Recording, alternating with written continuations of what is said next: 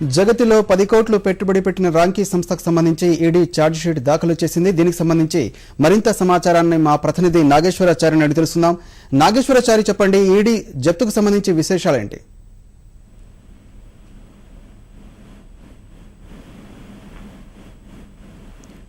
నాగేశ్వరాచారి,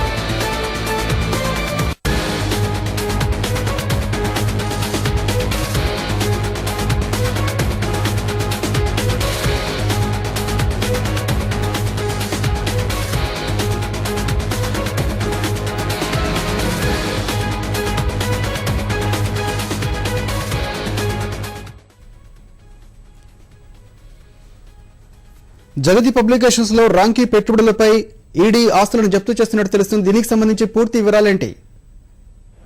జిల్లాని సాక్షిలో రాంకీ సంస్థ పెట్టుబడి పెట్టిన ఆ వ్యవహారంపై సుదీర్ఘమైన విచారణ జరిపిన ఈడీ అధికారులు దానికి సంబంధించిన దర్యాప్తు పూర్తి చేసి ఛార్జ్ షీట్ ను దాఖలు చేశారు. ఈడీ ప్రత్యేక కోర్టులో దీనికి సంబంధించిన ఫిర్యాదు చేశారు. ఇటు జగన్మోహన్ రెడ్డి, విజయసాయి రెడ్డితో పాటు రాంకీ చైర్మన్ అయోధ్య రామిరెడ్డి, అదేవిధంగా ఐఏఎస్ అధికారి వెంకటరామిరెడ్డి, జగతి పబ్లికేషన్స్, రాంకీ సంస్థ వీరందరూ మనీ లాండరింగ్ అభియోగాలు పాల్పడినట్టుగా తెలిసిన ఈడీ అధికారులు వారిపైన ఛార్జ్ షీట్ దాఖలు చేశారు. గతంలో దీనిపైన మొదట సిబిఐ అధికారులు సుదీర్ఘమైన దర్యాప్తు జరిపారు.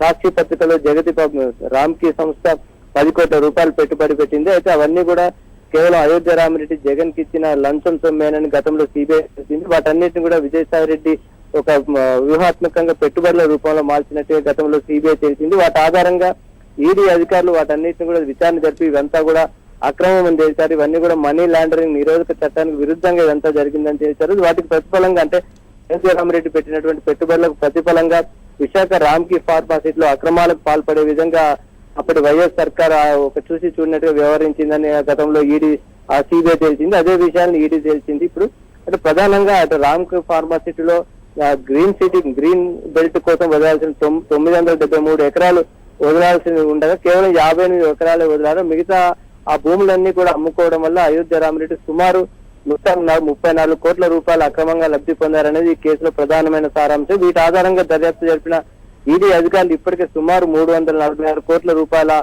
ఆస్తులన్నింటినీ కూడా జప్తు చేయడం జరిగింది. అదేవిధంగా సాక్షి పత్రిక ప్రచురించే జగతి పబ్లికేషన్స్ కు సంబంధించిన 10 కోట్ల రూపాయల ఫిక్స్డ్ డిపాజిట్లను కూడా ఇప్పటికే ఈడీ అధికారులు స్వాధీనం చేస్తున్నారు. అయితే ఈడీ అధికారులు స్వాధీనం చేసుకున్న ఆస్తులు, ఎఫ్డీలు అన్ని కూడా ప్రభుత్వ పరం కావాలంటే వాటన్నిటిపైన కూడా కోర్టులో విచారణ జరిగి అవన్నీ నేరం రుజువు కావాలి. కాబట్టి వాటికి సంబంధించిన నేరాన్ని రుజువు చేసే విధంగా వీటిపైన విచారణ జరపాల్సిందిగా కోర్టులో ఛార్జ్ షీట్ దాఖలు చేశారు. జిల్లాని ధన్యవాదాలు నాగేశ్వరాచారి.